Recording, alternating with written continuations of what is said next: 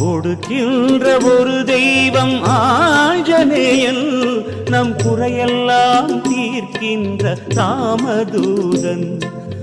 எது கேட்டால் கிடைக்கும் என எண்ண வேண்டாம், எது கேட்டாலும் அது கிடைக்கும் ஐயம் வேண்டாம். கேட்டதை கேட்டபடி அவன் கொடுப்பான், நம்மை கெடுக்க வரும் வினைகளையும் அவன் தடுப்பான், நம்மை கெடுக்க வரும் வினைகளையும் அவன் தடுப்பான். கொடுக்கின்ற ஒரு தெய்வம் ஆஞ்சநேயன், ஆஞ்சநேயன்.